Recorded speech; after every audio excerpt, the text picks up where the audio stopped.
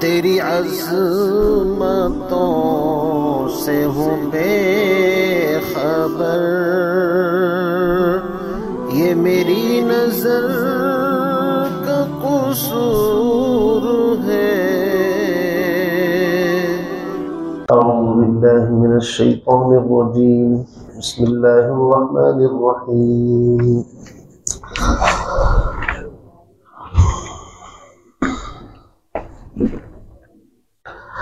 ولا تنكحوا المشركات حتى يؤمنوا ولأمة مؤمنة خير من مشركة ولو أعجبتكم ولا تنكحوا المشركين حتى يؤمنوا ولعبد مؤمن خير من مشرك ولو أعجبكم أولئك يدعون إلى النار والله يدعو إلى الجنة والمغفرة بإذنه ويبين آياته للناس لعلهم يتذكرون ويسألونك عن المحيض قل هو أذى فاعتزلوا النساء في المحيض ولا تقربوهن حتى يطهرن فإذا تطهرن فأتوهن من حيث أمركم الله إن الله يحب التوابين ويحب المتطهرين نساؤكم حرث لكم فأتوا حرثكم أنا شئتم وقدموا لأنفسكم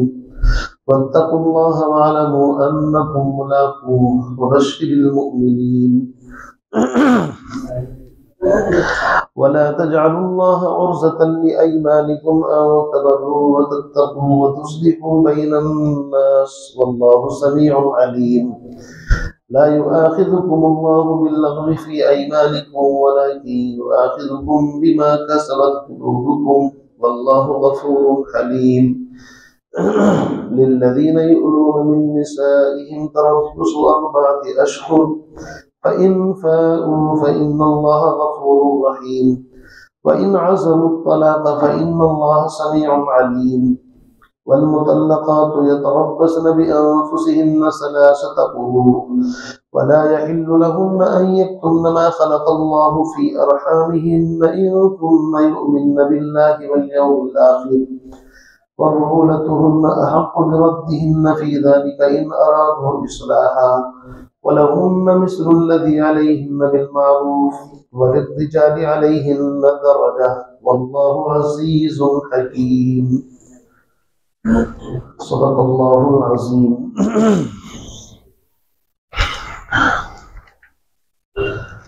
قرآن پاک کی چند آیات اس وقت آپ حضرات کے سامنے پڑھی ہیں، توجہ کے ساتھ انشاءاللہ سماعت فرمائیں۔ بڑے اہم مسائل آپ حضرات کے سامنے مختصر وقت میں انشاءاللہ بیان کرنے ہیں۔ آج الحمدللہ 2 تقاضے ہیں مسجد کے اندر، ہفتے واری یہ ہمارا درس قرآن بھی ہوتا ہے اور دعوت و تبلیغ کے ساتھیوں کا ایک خصوصی پروگرام بھی ہے، اس لیے دونوں کی رعایت کے ساتھ انشاءاللہ گفتگو کی جائے گی تاکہ انشاءاللہ یہ عمل بھی ہو جائے وہ عمل بھی ہو جائے۔ اس لیے آپ حضرات تھوڑی سی توجہ کریں تو انشاءاللہ میں مختصر انداز میں گفتگو کروں گا، کیونکہ زیادہ وضاحت کا وقت اگر پھر لیا جائے تو بات تفصیلی ہو جاتی ہے۔ قرآن پاک انسانوں کی رہنمائی کے لیے اللہ کی طرف سے قانون، ایک ضابطے کی کتاب ہے، اور قرآن پاک ایسے اہم علوم کو اپنے اندر لیے ہوئے ہے کہ انسان کی کامیابی اور کامرانی کا دار و مدار انہی کے اوپر ہے۔ ابھی دیکھیے جو آیات میں نے پڑھی ہیں، سب سے پہلے وہاں پر مشرکین عورتوں سے نکاح کی ممانعت ہے، لیکن اگر آپ پیچھے جائیں گے تو حج کا بیان شروع ہوا تھا، الحج اشہر معلومات۔ آپ سب جانتے ہیں کہ جب حج فرض ہوا تو صحابہ کی پوزیشن یہ تھی، وہ سب کے سب مکہ چھوڑ کر کے مدینہ آ گئے تھے، کیونکہ ان کو تو ہجرت پر مجبور کر دیا تھا۔ اب سوال یہ ہے کہ اللہ کا گھر تو دشمنوں کے قبضے میں ہے، حج کیسے کرے؟ سن 6 ہجری کے اندر صحابہ عمرہ کرنے کے لیے گئے تو ان کو عمرہ نہیں کرنے دیا، آپ سب جانتے ہیں۔ تو اب ضرورت اس بات کی پیش آئی کہ اللہ کے اس گھر کو کہ جس کی بنیاد ابراہیم علیہ السلام نے رکھی تھی، اسماعیل علیہ السلام نے اس کے اندر ساتھ دیا تھا، اور ابراہیم علیہ السلام نے جس گھر کو بنا کر جھولی پھیلا کر کے اللہ سے یوں کہا تھا، الہی اس گھر کی آبادی کے لیے ایک پیغمبر رسول عطا کر، تو اللہ نے وہ دعا ان کی سنی اور آمنہ کے گھر کے اندر محمد الرسول اللہ صلی اللہ علیہ وسلم تشریف لائے۔ لیکن آپ آ بھی گئے مکی کی سرزمین پر، لیکن لوگ اس دین کے اتنے دشمن تھے کہ صحابہ کو دو دو ہجرتیں کرنی پڑی۔ تو بالآخر اب اللہ کے اس گھر کو جس کی آبادی کے لیے آخری پیغمبر آ چکے ہیں، تو اب اللہ نے پھر جہاد کی آیات نازل فرمائی کہ اپنا حق لینے کے لیے اگر لڑنے کی ضرورت پڑے تو اس کی بھی اجازت دی جاتی ہے۔ اس کے بعد جب جہاد کی آیات نازل ہوئی تو اس میں سرمایہ بھی چاہیے، خرچ چاہیے، تو اس کے سلسلے میں پھر خرچ کا سوال پیدا ہوا، اللہ کے راستے میں کیا خرچ کریں، کتنا خرچ کریں۔ اب خرچ کا ذکر کرتے کرتے پھر مکے کے اس ماحول کے اندر جب قحط سالی پڑتی تھی تو لوگ جوا، شراب، اس کی آمدنی بھی غیروں تقسیم کرتے تھے۔ اس کے مسائل پیدا ہوئے کہ کیا اس کی آمدنی حلال ہے یا نہیں، تو شریعت نے فرمایا کہ یہ چیزیں اگرچہ لوگوں کا، غریبوں کا نفع ضرور ہے، لیکن ہر نفع والی چیز جائز اور حلال ہوئی ضروری نہیں ہے، اس لیے ممانعت کر دی کہ نہیں، شراب اور جوے کی آمدنی نہیں دے سکتے۔ اب مسئلہ یہ پیدا ہوا، جب اللہ کے راستے میں نکلتا ہے جہاد کے لیے تو مجاہد کبھی شہید بھی ہوتا ہے، کبھی کامیاب بھی ہوتا ہے، تو جو ان کے بچے رہ گئے، ان کی عورتیں رہ گئی، ان کے بارے میں کیا مسئلہ؟ ایک مسئلہ دوسرے مسئلے سے جڑا ہوا ہے۔ تو یتیموں کے بارے میں اللہ نے قرآن میں فرما دیا کہ دیکھو، یتیموں کی خیر خواہی، ہمدردی مقصود ہے، ان کے مال اپنے مالوں کے ساتھ ملا کر کے تجارت کرنے میں کوئی حرج نہیں ہے۔ اگر ہم چاہیں تو تم کو الگ حکم دے سکتے ہیں، لیکن اس میں تمہیں دقت ہوگی، ہر آدمی کو وقت نکالنا پڑے گا۔ اس کے بعد پھر اس زمانے کی پوزیشن یہ تھی کہ شوہر اگر مسلمان ہے تو بیوی کا پتہ نہیں، بیوی مسلمان ہے تو شوہر کا کچھ پتہ نہیں، چونکہ حالات ایسے ہی تھے، ایک دم تو مسلمان ہوئے نہیں، سب آہستہ آہستہ۔ تو یہ مسائل ایک دوسرے سے جڑے ہوئے ہیں۔ تو اللہ رب العزت نے نکاح کی اہمیت بیان کرتے ہوئے فرمایا کہ نکاح ایک عبادت ہے، اور اس عبادت کے اندر وہی شریک ہو سکتا ہے جس کا دین ایک ہو۔ اس آیت سے یہ بھی پتہ چلا کہ آج مسلمانوں کو جو بدنام کرنے کی کوششیں کی جاتی ہیں کہ یہ لو جہاد کے نام پر، شریعت میں ایسا کوئی جہاد نہیں ہے۔ شریعت تو یہ کہتی ہے کہ کسی غیر ایمان والی سے اس کی شادی ہو ہی نہیں سکتی، جب تک کہ وہ ایمان والی نہیں ہے شادی نہیں ہو سکتی۔ البتہ جو اہل کتاب ہیں، جو آسمانی مذاہب کو ماننے والے ہیں، ان کے بارے میں سورہ مائدہ میں اللہ نے اجازت دی ہے کہ اہل کتاب کی عورتوں سے شادی کر سکتے ہیں، شادی کرنا فرض، واجب، ضروری نہیں ہے، گنجائش ہے۔ گنجائش کا مطلب یہ ہے کریں گے تو ہو جائے گی، لیکن نہیں کریں تو زیادہ بہتر ہے۔ وجہ اس کی یہ ہے، حضرت عمر فاروق رضی اللہ تعالیٰ نے اپنے دور ہی میں اس فتنے کو بھانپ لیا تھا کہ بہت سے مسلمان مجاہدین ان عورتوں سے شادی کر لیتے ہیں اہل کتاب سے، اور پھر اسلامی راز ان کے ذریعے سے وہاں تک پہنچتے ہیں۔ تو حضرت عمر نے سختی کے ساتھ منع کر دیا تھا اپنے زمانے میں کہ ان سے نکاح نہ کیا جائے، یعنی یہ حکم موقوف کر دیا تھا ایک طریقے سے۔ اب نکاح کے بعد ضرورت پڑتی ہے، طلاق بھی ہو سکتی ہے، عدت کی ضرورت پیش آئے گی تو اس میں حیض سے عدت ہوتی ہے، تو پھر حیض کا ذکر آئے گا، پھر عدت کا ذکر آئے گا، ایک مسئلہ دوسرے مسئلے سے جڑتا ہوا چلا گیا۔ یہ تو ہوا خلاصہ پورے سبق کا۔ اب میں ترجمہ کروں گا، تھوڑی تھوڑی تشریح انشاءاللہ بات سمجھ میں آ جائے گی۔ اللہ فرماتے ہیں وَلَا تَنْكِحُوا الْمُشْرِكَاتِ، اور اے ایمان والو مشرک عورتوں سے نکاح مت کرو، حتیٰ یؤمن، جب تک کہ وہ ولا تنکحوا المشرکات، مشرک عورتوں سے شادی مت کرو جب تک کہ وہ ایمان نہ لے آئیں۔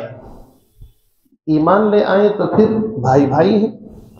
وَلَأَمَةٌ مُؤْمِنَةٌ، اور ایمان والی باندی، خیر بہتر ہے، من مشرکۃ، مشرکہ عورت کے مقابلے میں۔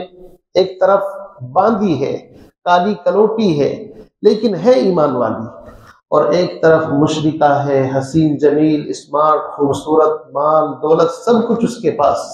اللہ فرماتے ہیں کہ اس کو منتخب کرو، اگرچہ باندھی ہے، کالی کلوٹی ہے، یہ بہتر ہے اس کے مقابلے میں۔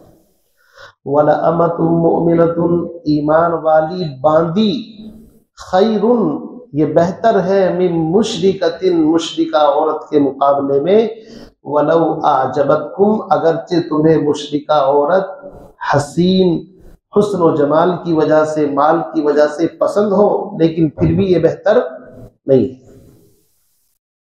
آگے فرمایا وَلَا تُنْكِحُوا الْمُشْرِكِينَ، ایسے ہی ایمان والی عورتیں مشرک مردوں سے شادی نہ کریں۔ کب تک؟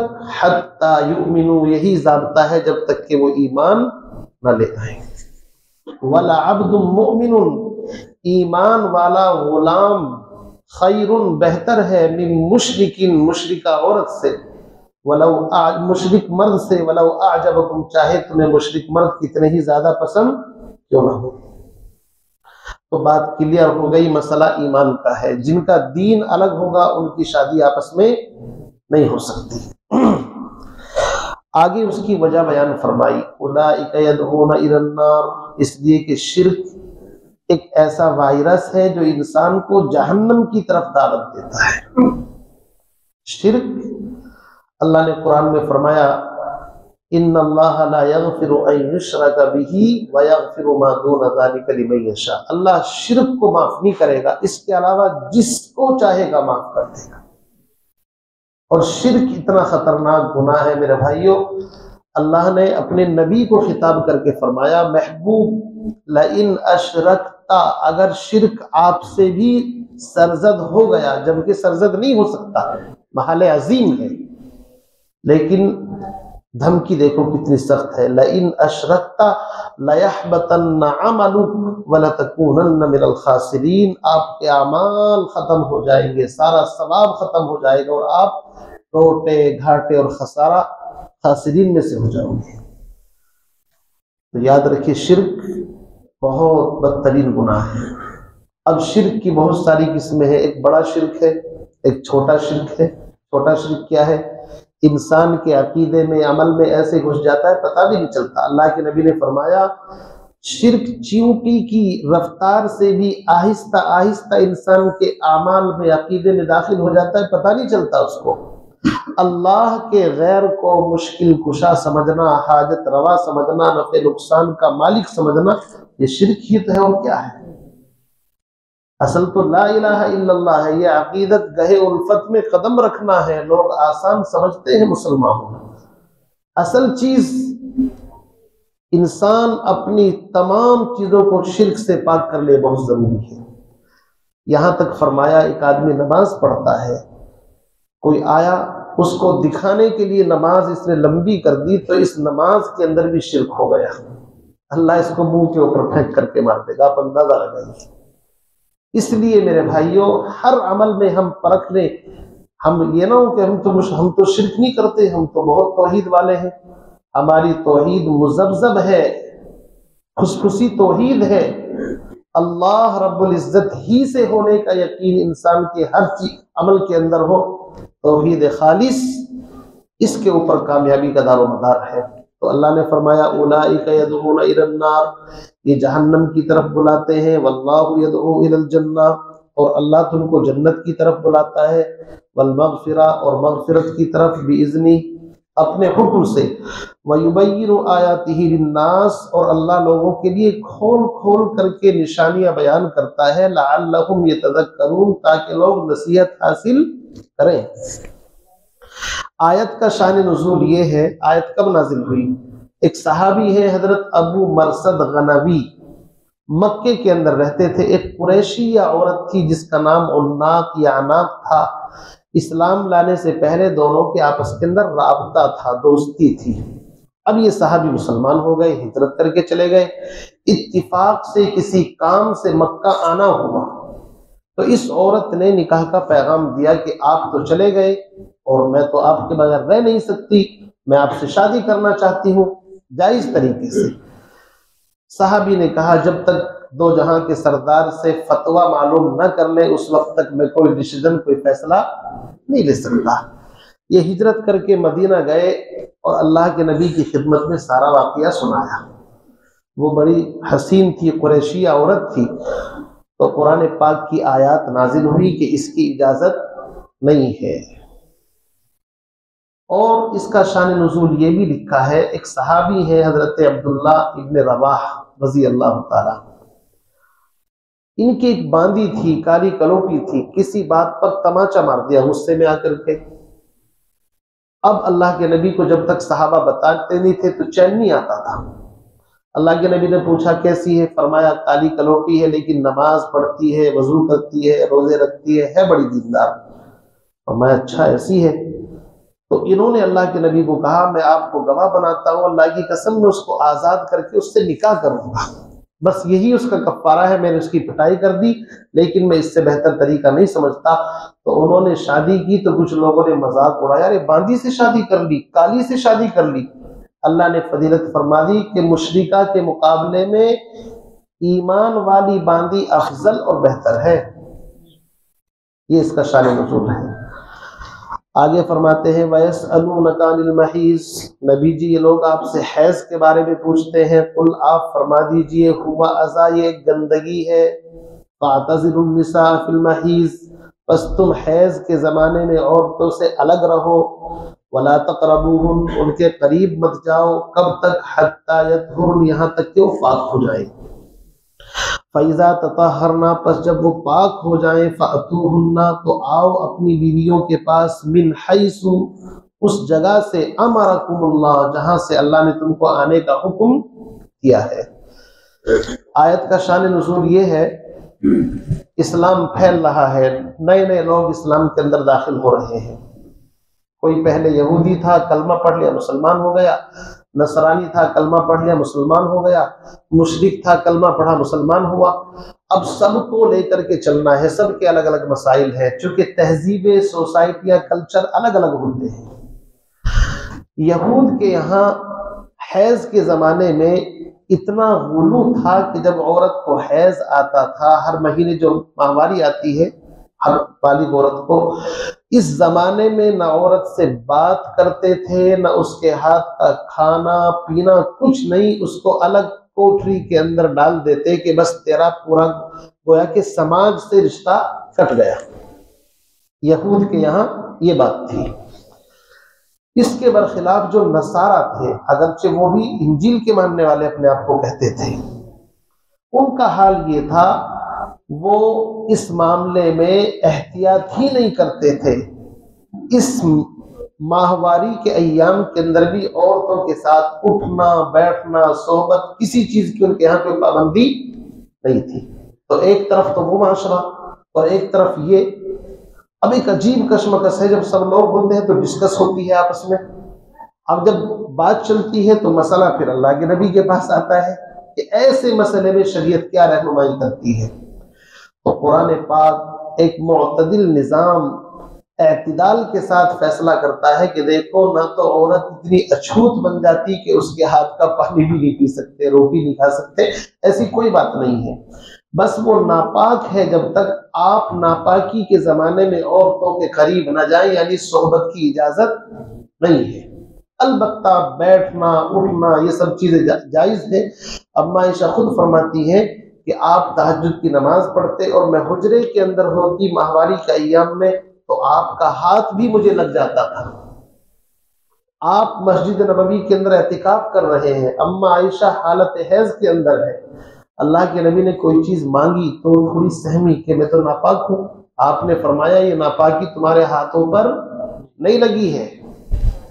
امت کو مسئلے سمجھائے جا رہے ہیں. آپ اپنا سر نکالتے ہیں مسجد سے، اما عائشہ حالت حیض میں سر دھو رہی ہیں، نبی کا پتہ یہ چلا کہ قریب نہ جانے کا مطلب یہ ہے کہ ان مخصوص ایام میں وطی یعنی صحبت کی اجازت نہیں ہے، بس صرف بات یہ ہے، باقی اس کے علاوہ ان کے ساتھ رہنا اٹھنا بیٹھنا اس میں کوئی مسئلہ نہیں ہے۔ تو حائضہ عورت نہ قرآن پڑھے، نہ نماز پڑھے، نہ روزہ، رمضان کے روزوں کی قضا کرے گی، نماز معاف ہے ان کے اوپر، آپ سب جانتے ہیں۔ باقی اگر حالت حیض میں تھوڑا بہت ذکر کر لے وضو کر کے کوئی ایسی جگہ بیٹھ کر کے، تو علماء نے لکھا ہے اس سے عادت برقرار رہتی ہے، اس کی گنجائش ہے۔ تو مسئلہ سمجھ میں آ گیا آپ کی، یہ مسئلہ تھا۔ اسی کو فرمایا وَيَسْأَلُونَكَ عَنِ الْمَحِيضِ، حیض کے بارے میں آپ سے پوچھتے ہیں، قل آپ فرما دیجئے ہوا اذا، یہ ایک ناپاکی بھی ہے اور بیماری گندگی چیز ہے، فَاعْتَزِلُوا النِّسَاءَ، پس تم حیض کی حالت میں عورتوں سے علیحدگی اختیار کرو، وَلَا تَقْرَبُوهُنَّ، ان کے قریب مت جاؤ جب تک کہ وہ پاک نہ ہو جائیں، فَإِذَا تَطَهَّرْنَ، پس جب وہ خوب پاک صاف ہو جائیں۔ حیض کی کم سے کم مدت 3 دن، زیادہ سے زیادہ 10 دن ہے، یاد رکھیے۔ علماء نے لکھا ہے کہ اگر 3 دن یا 10 دن سے کم حیض آئے تو عورت کے پاس بغیر غسل کے نہیں جانا چاہیے، یہ جب تک کہ ایک نماز کا وقت نہ گزر جائے۔ البتہ اگر 10 دن تک آیا اس کے بعد پاک ہوئی تو پھر گنجائش ہے، بہتر تو یہی ہے کہ پاک صاف ہو کر کے آپ اس کے قریب جائیں، لیکن اگر چلے گئے تو گنجائش ہے، چونکہ 2 لفظ آئے ہیں یطہر اور تطہرنا، دونوں کے معنی کے اعتبار سے معنی فٹ ہو جائیں گے، میں تفصیل میں زیادہ جانا نہیں چاہتا۔ پھر آگے فرماتے ہیں فَإِذَا تَطَهَّرْنَ، پس جب وہ پاک ہو جائیں، فَأْتُوهُنَّ، تو آؤ اپنی بیویوں کے پاس، مِنْ حَيْثُ أَمَرَكُمُ اللَّهُ، اس جگہ سے جہاں سے اللہ نے آنے کا حکم دیا ہے، یعنی حالت حیض کے اندر کوئی آدمی یہ سوچے کہ بھئی بیوی کے پاس نہیں جا سکتے تو کسی اور مقام کے اندر صحبت کرنے کی کوشش کرے، حرام قطعی ہے، گناہ کبیرہ ہے۔ اللہ کے نبی نے فرمایا جو حیض کی حالت میں اپنی بیوی کے پاس جائے یا کسی کاہن نجومی کو اپنا ہاتھ دکھائے، جیسے کہ آج کل لوگ روڈوں پہ بیٹھے ہوئے نا راستوں پہ، اور کوئی ہاتھ دیکھتا ہے، جی میرے ہاتھ دیکھ کر کے بتا دو کیا ہے، اس کو خود اپنی قسمت کا پتہ نہیں، تمہاری قسمت کیا بتائے گا وہ۔ یا عورت کے دبر کے اندر صحبت کرے، تو اللہ کے نبی نے فرمایا کہ اس نے انکار کر دیا اس دین کا جو محمد صلی اللہ علیہ وسلم پر نازل ہوا ہے، یعنی ایمان سے خارج ہونے کا خطرہ ہے۔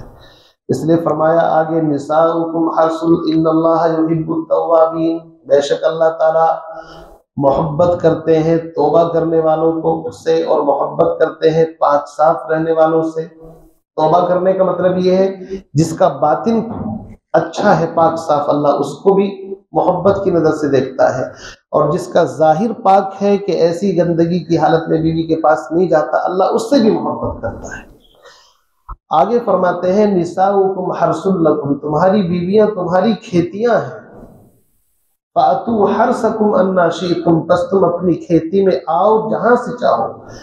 یہود اس سلسلے میں ایک مسئلہ بیان کرتے تھے اپنے یہاں پر کہ اگر کوئی عورت کے ساتھ صحبت کرے، یعنی صحبت تو آگے کے مقام میں کرے لیکن پیچھے کی طرف سے آئے، تو وہ کہتے تھے بچہ جو ہے وہ بھینگا پیدا ہوتا ہے، احول۔ قرآن نے اس کی ممانعت کر دی، ایسا کوئی مسئلہ نہیں ہے۔ شریعت نے اپنی بیویوں کے پاس جانے کا کوئی خاص طریقہ نہیں بتایا، وہ انسان کے اوپر چھوڑ دیا ہے، فطری طریقہ ہے، سب جانتے ہیں، لیکن محل متعین کر دیا کہ اس کے علاوہ جانے کی اجازت نہیں ہے۔ فرمایا فَأْتُوا حَرْثَكُمْ، پس تم آؤ اپنی بیویوں کے پاس، اَنَّا شِئْتُمْ، جہاں سے چاہو، دائیں سے بائیں سے، جیسے بھی تمہاری مرضی۔ وَقَدِّمُوا لِأَنفُسِكُمْ، آگے فرمایا لیکن بیویوں کے پاس جانے کا ایک خاص مقصد ہے کہ ان کے پاس جا کر کے اولاد طلب کرنا مقصد ہے اصل چیز۔ وَابْتَغُوا مَا، قرآن پاک میں پہلے آ چکا ہے کہ اللہ نے اس فعل کو جائز اس لیے قرار دیا ہے تاکہ اولاد کی طلب پیدا ہو، اور پھر اس اولاد کو دین سکھا کر کے آخرت کا ذریعہ بنایا جائے۔ اس لیے فرمایا وَقَدِّمُوا لِأَنفُسِكُمْ، دنیا کی رنگینیوں میں کھو کر کے آگے کو مت بھول جانا۔ وَقَدِّمُوا لِأَنفُسِكُمْ، اپنے نفس کے لیے کچھ آگے کی بھی تیاری کرنا۔ وَاتَّقُوا اللَّهَ، اور اللہ سے ڈرو، وَاعْلَمُوا اور جان لو أَنَّكُمْ مُلَاقُوهُ تم سب کو ایک دن اللہ سے ملاقات کرنی ہے، وَبَشِّرِ الْمُؤْمِنِينَ اور اے پیغمبر ایمان والوں کو بشارت اور خوشخبری دے دیجئے، کس کی؟ جنت کی۔ آگے قسم کے بارے میں فرماتے ہیں بعض لوگ کسی نیک کام سے رکنے کی قسم کھا لیتے تھے، اللہ کی قسم میں فلاں کی مالی مدد نہیں کروں گا، میں فلاں سے بات چیت نہیں کروں گا۔ قرآن نے کہا کہ اگر کوئی ایسی قسم کھا لے جس سے نیکی سے رکنا لازم آتا ہو تو اس کو چاہیے کہ قسم توڑ دے اور نیک کام کرے اور اس کا کفارہ ادا کرے، سیدھی بات ہے۔ وَلَا تَجْعَلُوا اللَّهَ عُرْضَةً لِأَيْمَانِكُمْ اور اپنی قسموں کو آڑ مت بناؤ، بہانے مت بناؤ، کس چیز سے؟ ان تبروا کہ کوئی نیکی نہیں کرو گے، وتتقوا اور گناہوں سے نہیں بچو گے، وتصلحوا بین الناس اور لوگوں کے درمیان اصلاح نہیں کراؤ گے، ایسی قسمیں مت کھاؤ، اللہ سننے والا ہے، جاننے والا ہے۔ آیت کا شان نزول یہ ہے کہ حضرت ابو بکر صدیق رضی اللہ تعالی عنہ، ان کی بیٹی ہے حضرت عائشہ، ان کے اوپر منافقین نے الزام لگا دیا، جھوٹا الزام، جھوٹا پروپیگنڈا۔ ان کے بھانجے تھے حضرت مصطح، وہ بھی اس پروپیگنڈے میں شریک ہو گئے۔ جب پروپیگنڈا ہوتا ہے تو اچھے لوگ بھی اس کی زد میں آ جاتے ہیں، ایسا ہوتا ہے۔ حضرت ابو بکر صدیق ان کی مالی مدد کیا کرتے تھے۔ جب پتہ چلا کہ میرا بھانجا بھی خود منافقین کے ساتھ ہے تو آدمی کو تکلیف ہوگی، قسم کھا لی، اللہ کی قسم اس کی مدد نہیں کروں گا۔ قرآن پاک کی سورہ نور کی آیت نازل ہوئی، وَلَا يَأْتَلِ أُولُو الْفَضْلِ مِنْكُمْ وَالسَّعَةِ أَن يُؤْتُوا أُولِي الْقُرْبَىٰ کہ آپ ایسی قسم کھائیں، اتنے بڑے آدمی ہو کر کے آپ کے مناسب نہیں ہے۔ تو آپ نے اپنی قسم توڑ دی اور اس کا کفارہ دیا، اور پھر ان کے ساتھ جو مالی مدد کرتے تھے پھر وہ جاری کر دیا معاملہ۔ اسی طریقے سے اور صحابہ کے بارے میں بھی آتا ہے۔ تو اس سے ایک مسئلہ نکل کر کے سامنے آیا کہ اگر کوئی آدمی قسم کھا لے میں اس سے بات نہیں کروں گا، اب آپ اس سے کہہ رہے بھائی آپ اس سے بولتے نہیں کہ جی میں نے تو قسم کھا رکھی ہے، اس کو بتاؤ بھائی قسم توڑ، یہ کوئی قسم اچھی تھوڑی ہے، اور اس کا کفارہ دے، 10 مسکینوں کو کھانا کھلانا، کپڑا پہنانا یا غلام آزاد کرنا، یہ نہ ہو تو 3 روزے رکھنا، یہ قسم کا کفارہ ہے، سورہ مائدہ میں آئے گا۔ تو بہت سے لوگ رشتہ داروں سے قسم کھا لیتے ہیں کہ بھائی میں تو اس کے گھر نہیں جاؤں گا، اور بیاہ شادی میں مناتے پھرتے ہیں، پھر تو ایسی قسم توڑ دینی چاہیے۔ اللہ کے نبی علیہ السلام اگر کسی چیز کے بارے میں قسم کھا لیتے اور وہ چیز ایسی ہوتی کہ خیر سے رکنا لازم آتا اس کے بارے میں، تو آپ کی عادت شریفہ کیا تھی؟ آپ بھی قسم توڑ کر کے کفارہ دے کر کے اس کام کو کرتے تھے۔ جب قسم کی بات آئی تو آگے چل کر کے قسم کی 3 قسمیں ہیں، جو 3 طرح کی قسمیں معاشرے میں کھائی جاتی ہیں، ان تینوں کا حکم اللہ نے بیان فرمایا۔ ایک قسم ہوتی ہے جس کو کہتے ہیں یمین لغو، لغو کا مطلب آپ خود سمجھ رہے ہیں، بیہودہ لغو۔ قرآن کہتا ہے کہ لغو کام سے بچنا چاہیے، اور حدیث کے اندر بھی فرمایا من حسن اسلام المرء ترکہ ما لا یعنی، لا یعنی کام کو چھوڑنا اسلام کی خوبصورتی ہے۔ یمین لغو کہتے ہیں بات بات پر قسم کھانا، اللہ کی قسم یہ وہ، جیسے کہ آج کل معاشرے میں چلتا ہے۔ ایسی قسم کھانی نہیں چاہیے، لیکن اس کے اوپر کوئی کفارہ وفارہ نہیں ہے۔ البتہ چونکہ بغیر بات کے قسم کھانا منع ہے، اس لیے اس کے اوپر استغفار کرنا چاہیے آدمی۔ دوسری قسم بعض نے فرمایا کہ یمین لغو وہ ہے کہ کسی چیز کو گزرے ہوئے زمانے میں سچ جان کر کے قسم کھائے۔ مثلا مجھ سے کسی نے پوچھا کہ پرسوں وہ فلاں آدمی آپ سے ملا تھا، اب میں نے اپنے دماغ پر زور ڈالا ہاں اللہ کی قسم ملا تھا، حالانکہ وہ نہیں ملا تھا، لیکن میں اپنے دماغ میں سچ جان رہا ہوں کہ ملا تھا، تو اللہ فرماتے ہیں کہ اس قسم پر کوئی مسئلہ نہیں ہے، کیونکہ تم تو اچھا سمجھ رہے تھے لیکن حقیقت میں نہیں ہوئی، تو کوئی بات نہیں۔ دوسری قسم ہے یمین غموس۔ یمین غموس کا مطلب ہوتا ہے آئندہ زمانے میں یا گزشتہ زمانے میں جان بوجھ کر کے جھوٹی قسم کھانا۔ مثال کے طور پر میں نے آپ سے کہا کہ آپ زید کے یہاں گئے تھے، حالانکہ آپ جانتے ہیں نہیں گئے، پھر بھی آپ قسم کھائے جھوٹی، ہاں اللہ کی قسم میں تو گیا تھا، تو اس کا مطلب یہ ہے کہ تم جھوٹی قسم کھا رہے ہو۔ یمین غموس، اس کے اندر کوئی کفارہ تو نہیں ہے، البتہ توبہ استغفار کرے، چونکہ غموس کا مطلب ہے جہنم کے اندر چلا جانا، گویا کہ بندہ جھوٹ بول کر کے جہنم کا مستحق ہو گیا، اس لیے ایسی قسم نہیں کھانی چاہیے۔